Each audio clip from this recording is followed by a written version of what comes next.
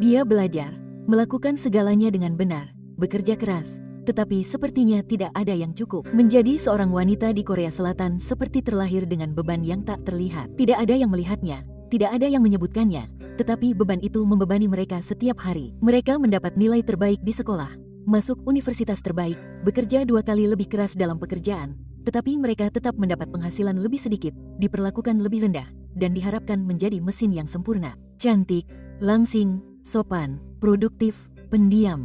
Itulah modelnya. Dan mereka yang tidak sesuai dengan model ini tidak diterima dengan baik. Sementara dunia terpesona oleh drama dan idola Korea, hampir tidak ada yang memperhatikan penderitaan nyata di balik pertunjukan ini. Dan itulah yang akan kita bicarakan hari ini. Hari ini, Anda akan belajar tentang kehidupan menyedihkan para wanita di Korea Selatan dan memahami sekali dan untuk selamanya mengapa menjadi seorang wanita di negara ini sangat buruk.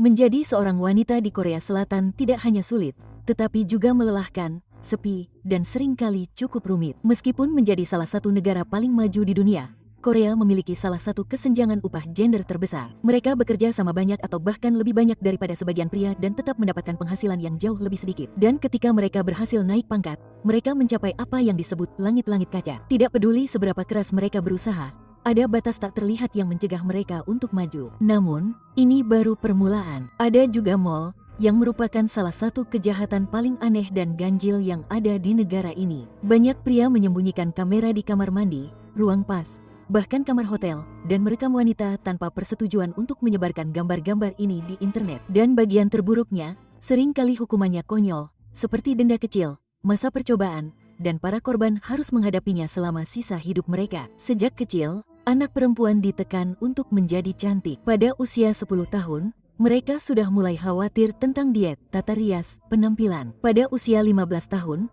banyak yang sudah mempertimbangkan operasi plastik karena jika Anda tidak cantik di Korea, Anda tampak seperti tidak ada. Dan saat mereka tumbuh dewasa, hidup tidak menjadi lebih mudah. Masyarakat mengharapkan mereka menjadi ibu dan istri yang sempurna, dan tetap memiliki karir yang sukses. Namun, tidak ada yang mendukung hal ini. Tempat penitipan anak pun minim. Cuti melahirkan menjadi masalah, dan banyak dari mereka yang dipecat atau dipaksa meninggalkan pekerjaan saat hamil, dan pernikahan tidak memperbaiki situasi. Banyak perempuan yang terus diperlakukan seperti pembantu di rumah. Mereka mengurus rumah, anak-anak, mertua, dan masih harus bekerja di luar rumah.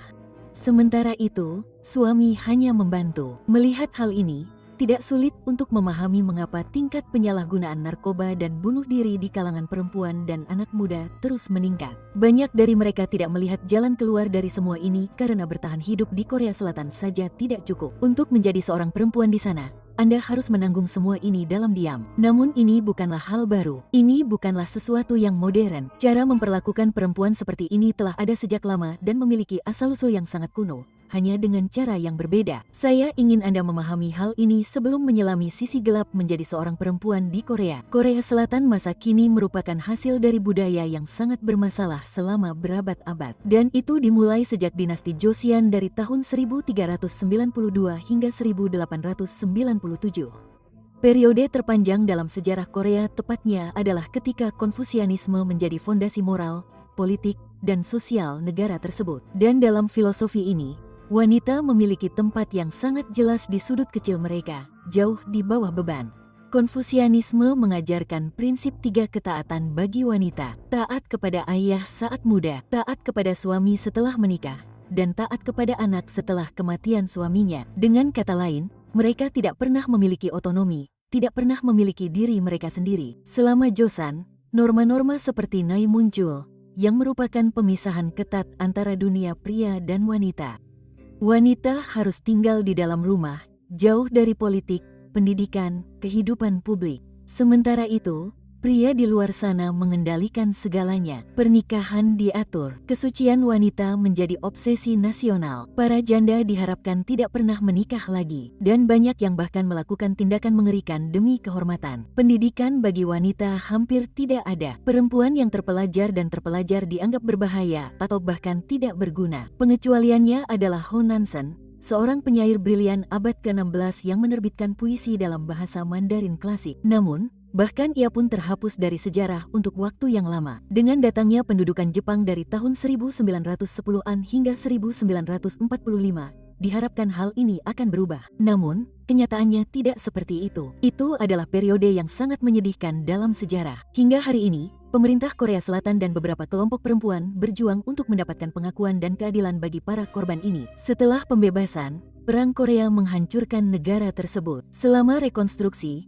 perempuan sekali lagi digunakan sebagai simbol stabilitas keluarga. Pemerintahan militer Park Gi pada tahun 60-an dan 70-an memperkuat gagasan tentang perempuan yang baik, istri yang bijaksana. Peran mereka adalah mendidik anak-anak dengan baik, mematuhi suami, menjaga rumah tetap bersih, dan tetap diam. Tidak ada revolusi perempuan seperti di Barat. Ini adalah sesuatu yang masih dibicarakan oleh perempuan Korea saat ini. Tetapi tidak ada perempuan yang membuat kemajuan apapun. Suara-suara perempuan yang mencoba bangkit diabaikan, disensor, atau dibungkam. Dan keheningan ini terus berlanjut hingga abad ke-21. Bahkan dengan adanya demokrasi, globalisasi, internet, seksisme Korea. Ini bukan sesuatu yang berasal dari para aktivis. Ini adalah seksisme yang nyata. Itu tidak menghilang. Itu hanya berubah bentuknya. Itu menjadi standar kecantikan, masalah di tempat kerja, tekanan untuk menikah muda, punya anak, dan terus menjadi sempurna dalam segala hal. Sejarah Korea tidak pernah memberikan ruang nyata bagi wanita manapun untuk menjadi protagonis atau memiliki keunggulan apapun. Dan itulah yang membuat perjuangan mereka semakin rumit. Dan ini dimulai sangat awal dari masa kanak-kanak hingga dewasa. Di Korea Selatan, menjadi seorang wanita itu sulit sejak awal. Masa kanak-kanak, yang seharusnya bebas, sudah syarat dengan tekanan estetika. Gadis-gadis berusia 8 atau 9 tahun sudah tahu mereka harus langsing, memiliki kulit yang sempurna, rambut yang rapi, wajah yang halus. Majalah, acara anak-anak, bahkan acara keluarga memperkuat hal ini. Mereka tumbuh dengan mendengar bahwa mereka harus feminin, berperilaku baik, selalu sopan, harus banyak tersenyum, tidak banyak mengeluh, dan tidak boleh lebih menonjol daripada anak laki-laki di sekolah. Mereka yang menyimpang dari standar ini akhirnya menjadi sasaran perundungan. Gadis-gadis yang memiliki perbedaan apapun, yang memiliki berat badan di atas ideal atau cara bertindak yang lebih riang, umumnya berakhir menjadi korban dari hal ini. Ada yang mencoba mengubah tubuh mereka sendiri bahkan sebelum masa remaja. Yang lain tetap diam dan menjalani semuanya dengan tenang. Di rumah, biasanya pendidikan juga tidak setara. Mereka menerima dukungan, dorongan, dan dipersiapkan untuk memimpin. Gadis-gadis di sini, mereka harus menjadi baik, tetapi tidak terlalu banyak. Lagi pula, dalam tanda kutip, tidak ada pria yang menyukai wanita yang terlalu pintar. Begitulah yang mereka katakan. Dan bahkan mereka yang mengatasi semua hambatan ini dan masuk perguruan tinggi tidak menemukan kelegaan. Di Korea, pendidikan tinggi sangat brutal. Ujian yang melelahkan, persaingan yang gila, tekanan untuk menjadi yang terbaik. Tetapi bahkan jika mereka adalah yang terbaik, posisi pekerjaan yang paling dihargai masih lebih disukai pria. Yang tersisa bagi wanita umumnya adalah pekerjaan sementara dengan gaji rendah dan sedikit stabilitas. Jika mereka menikah, mereka ditekan untuk berhenti dari pekerjaan mereka untuk mengurus rumah. Jika mereka tidak menikah, mereka disebut feminis, egois, atau radikal. Ini benar-benar cukup rumit. Jika dia belum menikah hingga usia 30 tahun, dia disebut wanita baik-baik atau lebih buruk lagi, wanita yang ditolak. Di Korea, tidak ingin menikah masih dianggap sebagai pemberontakan terhadap sistem. Dan sistem ini selalu menuntut banyak hal. Ibu mertua menuntut kepatuhan. Suami, bahkan yang lebih modern, seringkali mengharapkan wanita melakukan segalanya. Dan jika dia mengeluh, dia berkata, "Kamu memilih hidup ini." Wanita yang terlalu banyak bicara itu bermasalah. Wanita yang tidak banyak bicara itu dingin. Wanita yang berpakaian sesuka hatinya itu bermasalah. Petik 2. Wanita yang menolak untuk menyenangkan disebut feminis. Bahkan penampilan menjadi sumber tekanan yang konstan dalam wawancara kerja. Selain resume, banyak perusahaan yang mensyaratkan foto wajah. Dan ya, penampilan sangat penting. Operasi plastik telah menjadi bagian dari rutinitas. Tidak berlebihan jika dikatakan bahwa di Korea Selatan, tampil sempurna adalah kewajiban sosial. Tapi bagian yang paling kejam dari semua ini adalah jika seorang wanita hancur, jika dia tidak tahan lagi dan menunjukkan kelemahannya, responsnya biasanya, "Kamu melebih-lebihkan." Itu melebih-lebihkan. Petik 2. Dan itulah yang membuat banyak wanita menyerah begitu saja pada cinta, pernikahan, karir, semuanya. Sementara semua ini terjadi, media Korea berpura-pura semuanya baik-baik saja. Kamu menyalakan TV, membuka jejaring sosial, atau menonton drama, dan apa yang kamu lihat? Wanita cantik dengan kulit sempurna, selalu tersenyum, polos, jatuh cinta dengan pria kaya, dingin, dan berwibawa. Mereka adalah proyek wanita ideal untuk Korea. Cerdas, tapi tidak berlebihan. Mandiri, tapi tidak berlebihan. Dan jangan salah paham. Oke, aku tidak mengatakan itu salah dan tidak ada wanita yang seharusnya seperti itu. Masalahnya adalah ketika semua orang hampir dipaksa untuk menjadi seperti itu. Dan jika kamu tidak seperti itu, kamu tidak akan berhasil dalam hidup. Kamu tidak dihormati. Dan semua ini tidak lebih dari sekadar industri untuk memalsukan sesuatu. Idola K-pop berlatih sejak usia 10 tahun. Mereka menjalani diet ekstrim dan harus menjaga citra seperti boneka hidup. Mereka tidak bisa berkencan. Mereka tidak bisa menambah berat badan. Mereka tidak bisa menua. Dan jika gagal, mereka mudah digantikan. Media Korea menjual ilusi bahwa wanita Korea bahagia, sukses, dan berdaya. Namun di balik citra ini, yang ada adalah tekanan dan banyak kesunyian.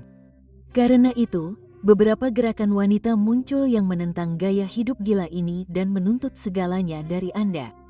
Salah satu yang paling terkenal adalah gerakan 4B yang berarti tidak boleh menikah, tidak boleh punya anak, tidak boleh berkencan, dan tidak boleh berhubungan dengan pria manapun. Tepat sekali, ini adalah wanita yang sudah menyerah pada sistem. Mereka berkata jika permainan ini tidak adil, saya tidak akan bermain lagi. Dan bagi banyak orang Korea, ini tidak dapat diterima. Mereka menyebut wanita-wanita ini radikal, feminis radikal, atau sekadar wanita yang membenci pria. Namun, banyak dari mereka sebenarnya menginginkan kebebasan untuk hidup tanpa dikendalikan. Gerakan penting lainnya adalah protes terhadap Mocha, kamera tersembunyi. Ribuan perempuan turun ke jalan di Seoul untuk menuntut keadilan. Mereka mengecam impunitas para pelaku kejahatan dan kelalaian polisi. Ini sebenarnya adalah beberapa demonstrasi perempuan terbesar dalam sejarah Korea. Dan apa reaksi warga Korea?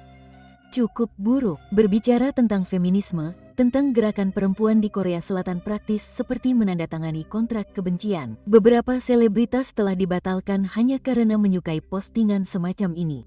Mereka kehilangan kontrak, dikritik di internet. Bahkan ada idola yang harus meminta maaf secara terbuka. Seolah-olah Korea berkata, kamu bisa menjadi seorang wanita, tetapi kamu tidak bisa mengeluh. Berpegang teguhlah dan tersenyumlah. Petik 2. Terlepas dari segalanya, beberapa perubahan telah mulai terjadi. Undang-undang terhadap Mocha dibuat. Lebih banyak perempuan membuka bisnis mereka sendiri dan orang-orang lebih banyak membahas masalah ini. Tetapi kenyataannya adalah bahwa banyak perempuan tidak lagi mengharapkan perubahan dalam sistem. Mereka hanya menghindarinya. Beberapa menikahi orang asing, yang lain pergi ke luar negeri untuk belajar atau bekerja. Dan banyak yang menyerah begitu saja untuk menikah, memiliki anak, mencoba menyenangkan siapapun. Bukan karena mereka membenci laki-laki, tetapi karena mereka mencintai diri sendiri. Sulit untuk mengatakan seperti apa masa depan Korea Selatan. Namun, satu hal yang pasti, jika negara ini tidak mengubah ini, keadaan akan menjadi sangat buruk. Korea tidak memiliki angka kelahiran yang sangat tinggi. Angka kelahirannya semakin menurun, dan para wanita tidak ingin memiliki anak lagi. Tidak dengan orang Korea, tidak di Korea. Jadi,